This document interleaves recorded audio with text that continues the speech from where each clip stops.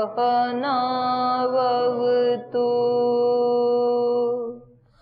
सहनौ भुनक्तु सह वीर्यं करवावहै तेजस्विनावधीतमस्तु मा विद्विषावहै। ॐ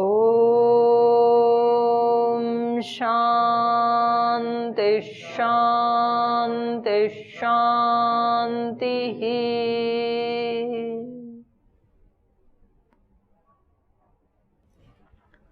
तो यहाँ कल जो पाठ चल रहा था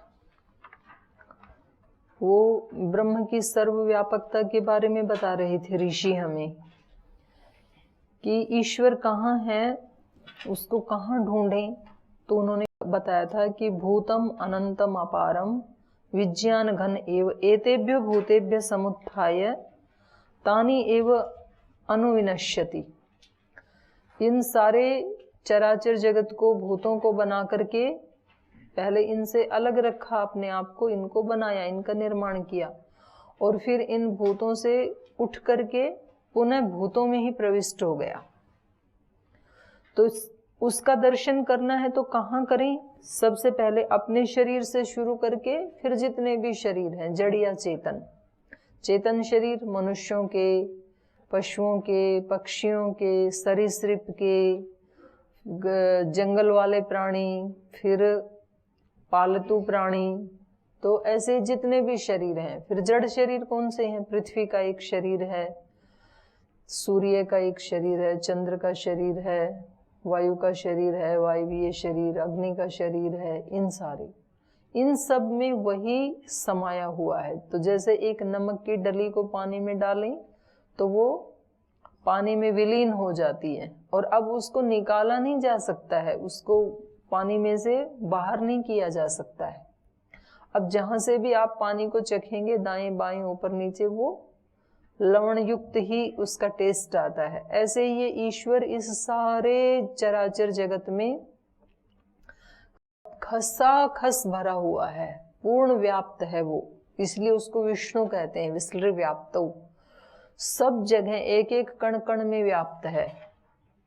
तो ये कल हमें बता रहे थे। तो कल वाले पाठ से आपका कोई प्रश्न है तो पहले पूछ सकते हैं, फिर आगे चलते हैं। प्रणाम देवी। यहाँ पर पिछले अध्याय में बताए थे कि वेद जो है, वाग जो है वेदों का आधार है, ऐसा कहा गया है। और हम सुनते हैं कि जो चारों वेदों का सार है, शुद्ध कर्म, शुद्ध उपासना और शुद्ध ज्ञान है, ऐसा हम सुनते हैं। तो वहाँ पर क्या वहाँ तो समझ में आ गया, लेकिन यहाँ पर आधार, वेदों का आधार जो है वाग है, ऐसा कह रहे हैं। तो इस पर हम क्या समझें? इस पे ये समझो कि वाणी जब तक अभिव्यक्त नहीं करेगी तो तब तक क्या पता कि आपको वेदों का ज्ञान है। तो वाणी बड़ी हुई ना, आपके शब्द से भी, जो शब्द ज्ञान है उससे भी बड़ी वाणी है। वाणी ही अभिव्यक्त करती है कि ये व्यक्ति कितना ज्ञानी है, कितना अज्ञानी है, उसके शब्दों से पता लगेगा। कोई व्यक्ति कितना सभ्य है या असभ्य है, कितना विनम्र है या कितना उद्दंड है, तो सारा अंदर का उसका संस्कार, उसके कर्म, उसके ज्ञान को अभिव्यक्त करने वाली वाणी ही तो है। ये वाणी भी तो एक कर्म ही है। तो ये कर्म में वाणी तो एक इंद्रिय है, उस इंद्रिय से कर्म किया जाता है। वाणी कर्म थोड़ी है, वाणी तो एक इंद्रिय है। तो ये भी वाक्य जो पहले वाक्य बोले, कर्म करने वाली इंद्रिय है और ज्ञान इंद्रिय भी है, दोनों है। जो हम सुनते आए हैं वैसी ही ये भी बात कह रहे हैं कि अलग है उनसे। क्या? जो पहले बोले हैं कि जो चारों वेदों का सार है, शुद्ध कर्म, शुद्ध उपासना, शुद्ध ज्ञान, वो जो कहते हैं वही शब्द जो है प्रकारांतर से कह रहे हैं कि ना ना, वो कॉन्सेप्ट ही अलग है। वहां पर बात है कि चारों वेदों का जो सार है वो क्या है उन वेदों में, तो वो बता रहे हैं। आप तो ज्ञान कर्म उपासना यहाँ पर बता रहे हैं कि ये जो चारों वेदों का ज्ञान है वो भी वाणी में निहित है, उसका और इसका कोई तालमेल नहीं है। वो अलग बात करें या अलग बात करें। और कोई इससे अतिरिक्त किसी का प्रश्न है? प्रणाम जी। दीदी जी, भगवान बुद्ध से लेकर महावीर, जितने भी महापुरुष हुए, दयानंद जी महाराज, स्वामी जी, परम पूज्य आचार्य जी, ये देश को एक नई दिशा दिए हैं, एक प्रेरणा दिए हैं। वैसे ही याज्ञवल्क जी अपने पत्नियों को छोड़ करके समाज को क्या इन्फॉर्मेशन देना चाहते हैं? मतलब इस तरह से तो इम्बैलेंस हमको लग रहा है कि होगा। इम्बैलेंस कैसे हुआ भाई? तो रिजल्ट होना चाहिए ना। रिजल्ट तो है, ये तो हमारी चतुर्वर्ण आश्रम की व्यवस्था है, उससे पहले ही चली हुई जी, कि पहले ब्रह्मचर्य आश्रम, फिर गृहस्थ, फिर वानप्रस्थ, फिर संन्यास, तो उसी का ही तो निर्वहन कर रहे हैं याज्ञवल्क्य ऋषि। तो यही मैसेज देना चाह रहे हैं कि सबको ऐसे ही चलना चाहिए, वर्णाश्रम व्यवस्था का निर्वहन करना चाहिए, केवल वहीं नहीं रहना चाहिए। तो आप कह रहे हो तो इम्बैलेंस कर रहे हैं। इम्बैलेंस का बैलेंस कर रहे हैं। ये तो इस तरह से इम्बैलेंस तो आज हो रहा है। जो बुजुर्ग हैं, जिनके बच्चे शादीशुदा हो गए, बच्चों के भी बच्चे हो गए, तो भी वो घर से निकलते ही नहीं है, तो वो बेचारे कब राज करेंगे? जो अभी गृहस्थ बने हैं उनको भी तो थोड़ा टाइम मिलना चाहिए, 10-15 साल का तो कम से कम। तो ये तो बैलेंस है। वो बाहर जाएंगे तो उनको ज्यादा सम्मान मिलेगा, उनका ज्ञान भी बढ़ेगा। वही उस गांव में, उस शहर में, उस मोहल्ले में जितना उनकी उन्नति होनी थी, जितना ज्ञान होना था, वो हो चुका। अब तब उससे बाहर निकलो, देश में घूमो, लोगों को देखो, उनकी क्या क्या समस्याएं हैं, कैसे कैसे जी रहे हैं, किन किन से जूझ रहे हैं, उसमें आप कुछ सहयोग कर सकते हो तो करो। तो सन्यास की जो परंपरा है वो तो बहुत बैलेंस्ड है। आप खुद उपासना आदि करके ज्ञान की प्राप्ति करो और फिर जिस जिसको आवश्यकता है उनको बांटो। केवल अपने परिवार तक सीमित मत रह जाओ। वसुधैव कुटुंबकम, सारी वसुधा को अपना कुटुंब मान करके, और किसी भी जहाँ कहीं भी जिस गांव में, शहर में, जैसे आचार्य विनोबा भावे रहते थे, घूमते रहते थे पूरे देश में। अकेले व्यक्ति ने 17 साल तक पदयात्रा की उन्होंने, और कई कई बार एक एक स्टेट में घूमे, पैदल, गाड़ी से नहीं। तो 90 वर्ष की आयु के बाद उन्होंने फिर गाड़ी लेना शुरू किया, तो 2-3 साल गाड़ी से भी घूमे, फिर उसके बाद फिर छोड़ दिया, फिर समाधि को प्राप्त किया। उसमें भी वो 4 पाद है, वो उसमें वो 3 स्थूल को छोड़ करके सूक्ष्म पाद को, जैसे पहले ब्रह्म को ही पाना चाह रहे थे। हाँ, तो पहले तो उनको 3, ऐसे आप कल बता रही थी कि ऐसे करना चाहिए, उसका एक क्रम है। तो उसी क्रम पे तो बढ़ रहे हैं। पहले अपने परिवार को, मतलब परिवार को बैलेंस करने के लिए आत्मसंयमी बने, तभी तो 2-2 पत्नियों के बीच में भी इतनी खुशी से रह पाए। नहीं तो एक एक पत्नियां ही बैंड बजा रही हैं आजकल। तो अपने ऊपर आत्मसंयम रखा, उसके बाद फिर संसार को अपना परिवार मान रहे हैं। तो पहले वाली जो थी वो स्थूल दृष्टि है, परिवार वाली। अब सारे समाज को एक दिशा दे रहे हैं, अपना परिवार मान रहे हैं, ये सूक्ष्म दृष्टि है।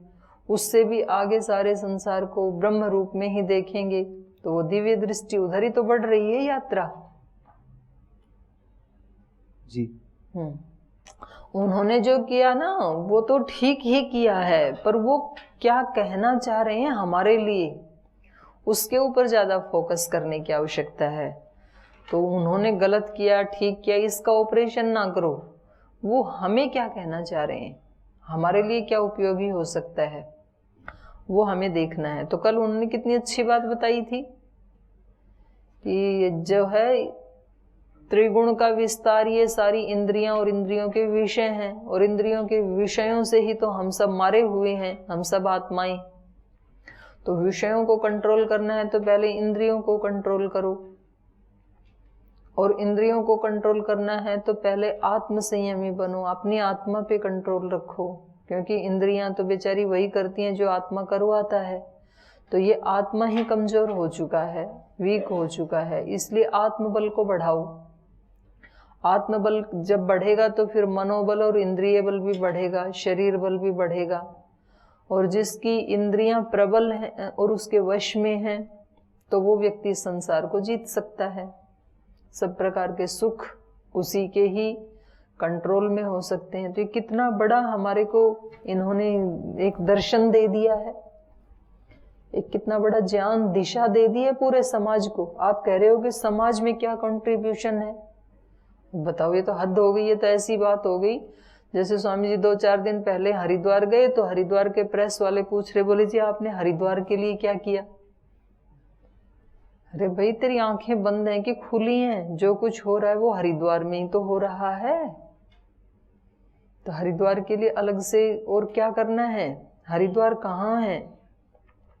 तो आप कह रहे हो कि उन्होंने समाज के लिए क्या किया घर छोड़ के? तो समाज को इतनी बड़ा ज्ञान, इतनी बड़ी दिशा दे दी और खुद उसको फॉलो कर रहे हैं। ऐसे नहीं है ये केवल शब्द बोल रहे हैं, कहीं से सुन लिया होगा, इधर उधर से, यूट्यूब से ले लिया होगा, कहीं गूगल से ढूंढ लिया होगा और ऐसे बता दिया होगा अपने पता। ऐसा नहीं, उसको पहले खुद रियलाइज किया है।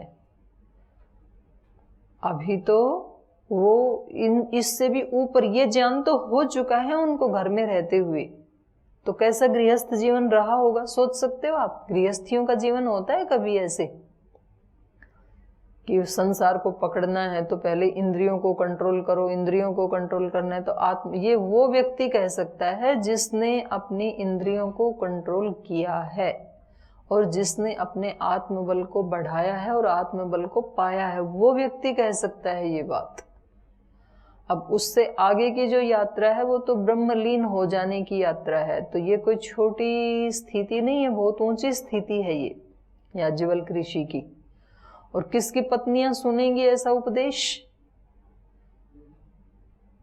पत्नी तो अपने पति का बिल्कुल नहीं सुनेगी, दूसरे वाली तो बेशक कोई सुन ले, क्योंकि वो तो आदी हो जाती है, क्योंकि उसको पता है सारा।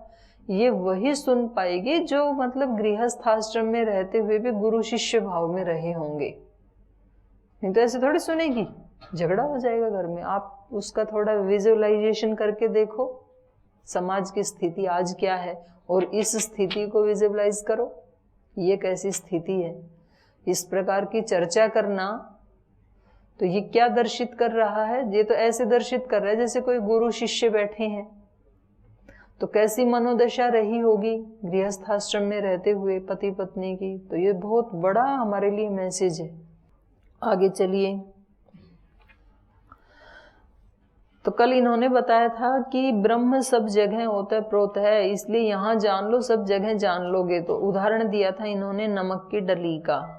अब इसको सुन करके साहोवाच मैत्रेयी अत्रैव माँ भगवान अमुमोहन न प्रेत्य संज्ञा अस्ति इति स होवाच याज्ञवल्क्य न वा अरे अहम मोहम प्रवेमी अलम वा अरे इदम विज्ञानाय। तो कल इन्होंने एक बात कही थी अंत में कि न प्रेत्य संज्ञा अस्ति इति अरे ब्रवीमी इति होवाच याज्ञवल्क्य। ये जो सारी संज्ञाएं हैं इन्होंने बताया ना कि सब रूपों में वो एक ब्रह्म ही है। तो वो जो सब रूप हैं उनकी कोई ना कोई संज्ञा भी तो है। तो हम मनुष्यों की भी संज्ञाएं हैं, ये राम है, ये श्याम है, ये घनश्याम है, ये कृष्ण है, ऐसे संज्ञाएं हैं। पशुओं की भी संज्ञाएं हैं, ये गाय है, बैल है, घोड़ा है, बकरी है। वृक्षों की भी संज्ञाएं हैं, ये पीपल है, ये नीम है, ये खैर है, ऐसे। तो सबकी अलग अलग संज्ञाएं हैं ना, जो जो रूप हैं उनकी। लेकिन ये संज्ञाएं कब तक हैं? जब तक वो उस शरीर में है, वो चेतन। जब वो चेतन निकल गया तो उसकी कोई संज्ञा नहीं है, फिर तो वो नष्ट हो जाता है शरीर। तो यही इन्होंने कहा था। ऐसे ही जो जड़ पदार्थ हैं उनकी भी संज्ञाएं हैं।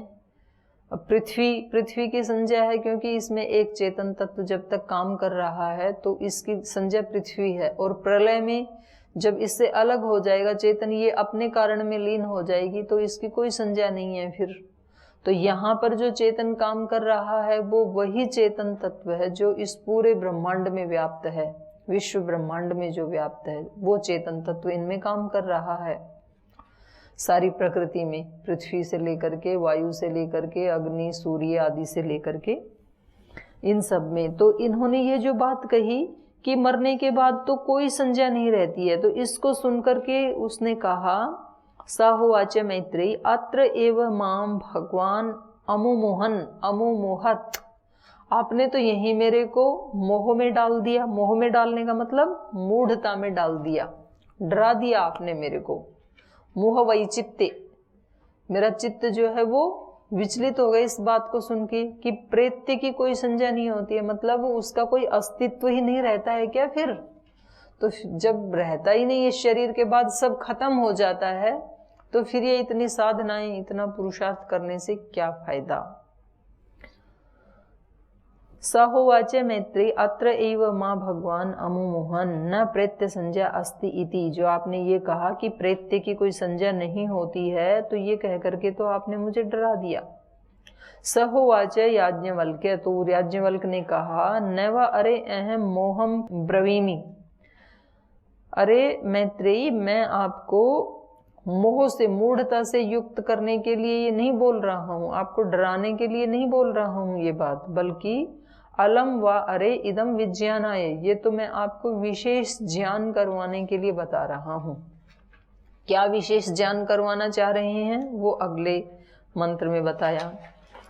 यत्र ही द्वैतम इव भवति तद इतर इतरम जिघ्रति, तद इतर इतरम पश्यति, तद इतर इतरम शृणोति, तद इतर इतरम अभिवदति, तदितर इतरम मनुते, तदितर इतरम विजानाति। यत्र वा अस्य सर्वम आत्मा एव अभूत तत् केन कम जिघ्रेत, केन कम पश्येत, तत् केन कम शृणुयात्, तत् केन कम अभिवदेत, तत् केन कम मन्वीत, तत् केन कम विज्ञानयात्।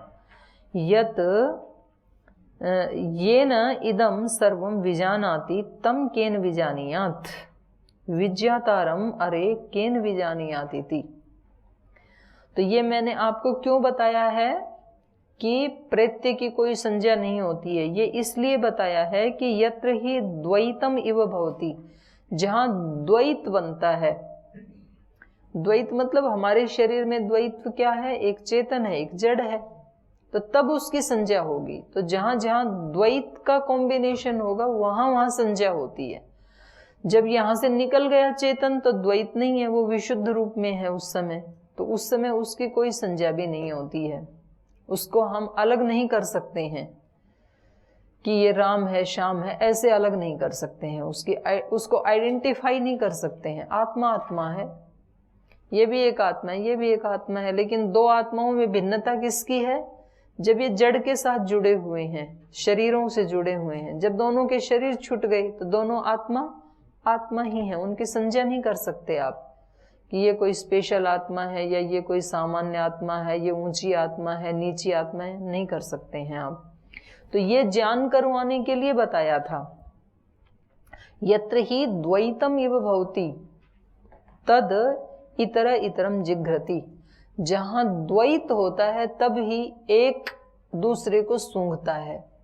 मतलब एक तो सूंघने वाला चाहिए और एक जिसको सूंघा जा रहा है वो विषय वो होना चाहिए। तो द्वैत होगा तभी तो जाना जाएगा कि इसकी गंध कैसी है, अच्छी है या बुरी है। तो ये द्वैत में ही संभव है।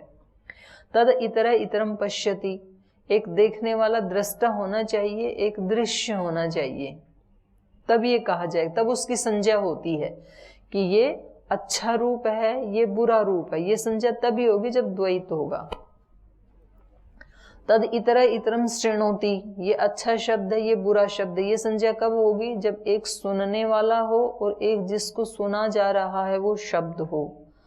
तो ये जड़ और चेतन दो होने चाहिए। तद इतर इतरम अभिवदति, तद इतर इतरम मनुते, एक मनन करने वाला हो, एक मनन करने का विषय हो, तो ये द्वैत हो गया। तद इतर इतरम विजानाति, जब द्वैत जैसा होता है तब एक दूसरे को जानता है, एक जानने वाला और एक जेय। यत्र वा अस्य सर्वम आत्मा एव अभूत, और जब वो द्वैत टूट गया, सब कुछ आत्मा ही हो गया, शरीर रहा ही नहीं, द्वैत रहा ही नहीं, प्रकृति रही ही नहीं, तो फिर क्या बचेगा? आत्मा ही बचेगा तब तो। मतलब महाप्रलय हो गई और कुछ भी है ही नहीं, कोई रूप आदि, तो फिर क्या बचेगा? सर्वम आत्मा एव अभूत तत्केन कम जिघ्रेत, किसके द्वारा किसको सूंघें? केन कम पश्येत, किसके द्वारा किसको देखें? क्योंकि दिखने वाला द्वैत्व तो रहा ही नहीं। तत् केन कम शृणुयात, किसके द्वारा किसको सुने? तत् केन कम अभिवदेत, किसके द्वारा किसको बोलें? क्योंकि एक तो बोलने वाला चाहिए और एक जिसको बोला जा रहा है, तो दो होने चाहिए। केन कम मनवीत है, किसके द्वारा किसका मनन करें? केन कम विजानियात, किसके द्वारा किसको जाने? तो ये न इदम सर्वम विजानाति, जिसके द्वारा इस सब को जाना जाता है। किसके द्वारा जाना जाता है? आत्मा के द्वारा जाना जाता है, चेतन के द्वारा जाना जाता है, ज्ञाता के द्वारा जाना जाता है। जिस ज्ञाता के द्वारा, जिस आत्मा के द्वारा, जिस चेतन के द्वारा ये सब कुछ जाना जाता है, तम केन विजानियात, उसको किसके द्वारा जाने? जो खुद ही ज्ञाता है उसको किसके द्वारा जाने? ये पहले भी आया ना, केनोपनिषद में आया ना ये। छांदोग्य में कहाँ है? हाँ, नान्यत पश्यति नान्यत शृणोति नान्यत विजानाति स भूमा। तो ये कह रहे हैं कि जो स्वयं जानने वाला है उसको किसके द्वारा जाने? आंख को, रूप को, इनको तो सब किसके द्वारा? किसी दूसरे को जाना जाएगा। जैसे आंख के द्वारा जो जानता है वो रूप को जानता है, उनकी संज्ञाएं होती हैं कि ये राम है, श्याम है, अच्छा है, बुरा है, सुंदर है, कुरूप है, फूलों का रूप ऐसा है, ये सब इंद्रिय के द्वारा और आत्मा जान रहा है। लेकिन जो ये जान रहा है और जिसके द्वारा जान रहा है उसको किससे जाने? ये न इदम सर्वम विजानाति तम केन विजानियात, विज्ञातारम अरे केन विजानियात, जो स्वयं विज्ञाता है उसको किसके द्वारा जाने? तो उसको तो उसके द्वारा ही जाना जा सकता है। इंद्रियातीत है, उसको किसी इंद्रिय से नहीं जाना जा सकता है, मन से नहीं जाना जा सकता, बुद्धि से नहीं जाना जा सकता। और आंख आदि इंद्रियों की तो फिर कथा ही क्या है। आंख के द्वारा वो आत्मा इस सारी सृष्टि को देख रहा है। छांदोग्य उपनिषद में भी एक प्रसंग आया था ना कि ये झरोखे हैं उसके, जैसे कोई झरोखे से बाहर झांकता है, तो ये आंख क्या है? एक झरोखा है इस महल का। ये जो शरीर है हमारा, ये तो एक आलीशान महल है और उसमें ये दो झरोखे लगे हैं, और उस झरोखे के माध्यम से इस महल में रहने वाला जो इसका सम्राट है वो बाहर के इस सारे संसार को देख रहा है। तो जो इसके माध्यम से सारे संसार को देख रहा है, आंख के माध्यम से, उसको किसके द्वारा देखें? उसको कैसे देखें? बाहर वाला उसको नहीं देख सकता है, आंख उसको नहीं देख सकती है। वो आंख के द्वारा यन मनुषा न मनुते ये नाहुर मनोमतम तदेव ब्रह्मत्वम विद्धि नेदम यदिदम उपासते। तो ये बहुत बड़ा उपदेश दिया इन्होंने। तो इससे पता लगता है कि इनका ज्ञान किस कोटि का रहा होगा, आत्म साक्षात्कार हो चुका इनको, तब तो ऐसा उपदेश दे सकता है व्यक्ति। क्योंकि इनके सामने कोई उपनिषद तो थी नहीं कि हमारी तरह उपनिषद में पढ़ के उसको सुना रहे थे, ऐसा नहीं है। वो तो अपनी अनुभूति उनको बता रहे हैं। तो ये कौन सी विद्या है जिसके द्वारा इन्होंने इतना ज्ञान प्राप्त किया? तो इसका अगले उसमें 5वें ब्राह्मण में वर्णन कर रहे हैं। इसको उपनिषदों में मधु विद्या कहा है या ब्रह्म विद्या कहा है। तो आगे चलिए। इयं पृथ्वी सर्वेषां भूतानां मधुः, अस्यै पृथिव्यै सर्वाणि भूतानि मधुः, यश्च अयम् अस्यां पृथिव्याम तेजोमय अमृतमय पुरुष यश्च अयम अध्यात्मम शारीरः तेजोमयो अमृतमय पुरुषः अयम एव स यो अयम आत्मा इदम अमृतम इदम ब्रह्म इदम सर्वम। तो ये सारी पृथ्वी क्या है? इयम पृथ्वी सर्वेषां भूतानां मधु। जितने भी प्राणी हैं उन सब को ये पृथ्वी कैसे लगती है? मधु जैसे प्रिय लगती है। मधु प्रिय होता है ना, ऐसे ये पृथ्वी। क्यों है ये पृथ्वी सबको प्रिय? क्योंकि पृथ्वी के बिना तो उनका अस्तित्व हो ही नहीं सकता है। सबसे पहले तो उनके ठहरने का आश्रय आधार पृथ्वी ही है। पृथ्वी नहीं हो तो सारे प्राणी कहाँ रहें? जैसे देश वाले निकाल देते हैं ना कि हमारे देश से निकलो, भारत से निकलो, पाकिस्तान से निकलो, बांग्लादेश से निकलो, ऐसे बोल देते हैं लोग। अगर पृथ्वी भी एक दिन बोलने लगे कि सब मेरे ऊपर से निकलो, तो कहाँ जाओगे? हैं? कहाँ ऊपर? कोई बिल्डिंग बना रखी है ऊपर, कहाँ? ऊपर जाते रहना, कहीं अंत नहीं आएगा ऊपर। ऊपर तो ब्रह्मांड है। आप क्या सोचते हो कि ऊपर? चांद पे भी तो पृथ्वी है। वो मना किया तो? पृथ्वी यदि मना कर दे, पृथ्वी तत्व, तो कहाँ रहोगे फिर? शरीर? हाँ, तो त्यागना पड़ेगा ना, रह नहीं सकते ना, नहीं रह सकते। और फिर मान लो केवल रहने के लिए तो दे दे, खाने के लिए ना दे। जो भी बीज बो, गेहूं, चना, बाजरा, सब्जी, फल, उसको वापस दे ही ना कि नहीं देती हूं, तुमने बड़ा मेरे ऊपर अत्याचार किया है। तो खाएंगे क्या? क्या खाएंगे फिर? हैं? तो कुछ नहीं है खाने के लिए, पृथ्वी ही देती है। इसी के आश्रय से हम जिंदा हैं। पृथ्वी के कारण ही वृक्ष हैं। वृक्ष नहीं होंगे तो वायु भी नहीं मिलेगा। तो पृथ्वी क्या है? हमारे जीवन का आधार है। देखो अब कितनी बड़ी महिमा है पृथ्वी की, और हम पृथ्वी को या तो प्रणाम करते नहीं है, करते हैं तो भी बस ऐसे एक रिचुअल जैसे कर लेते हैं सुबह उठ करके कि स्वामी जी ने बोला है माता भूमि पुत्रो पृथ्वी, चलो एक बार चुचकार लेते हैं, माथा टिका देते हैं।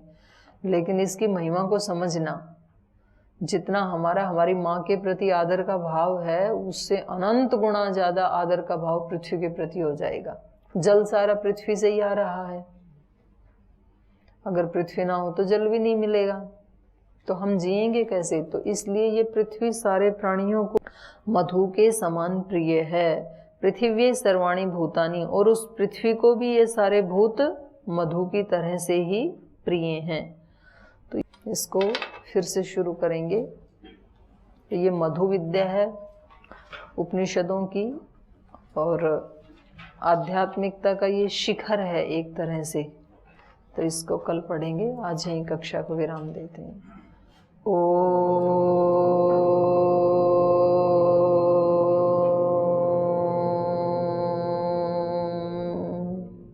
शांति शांति शांति।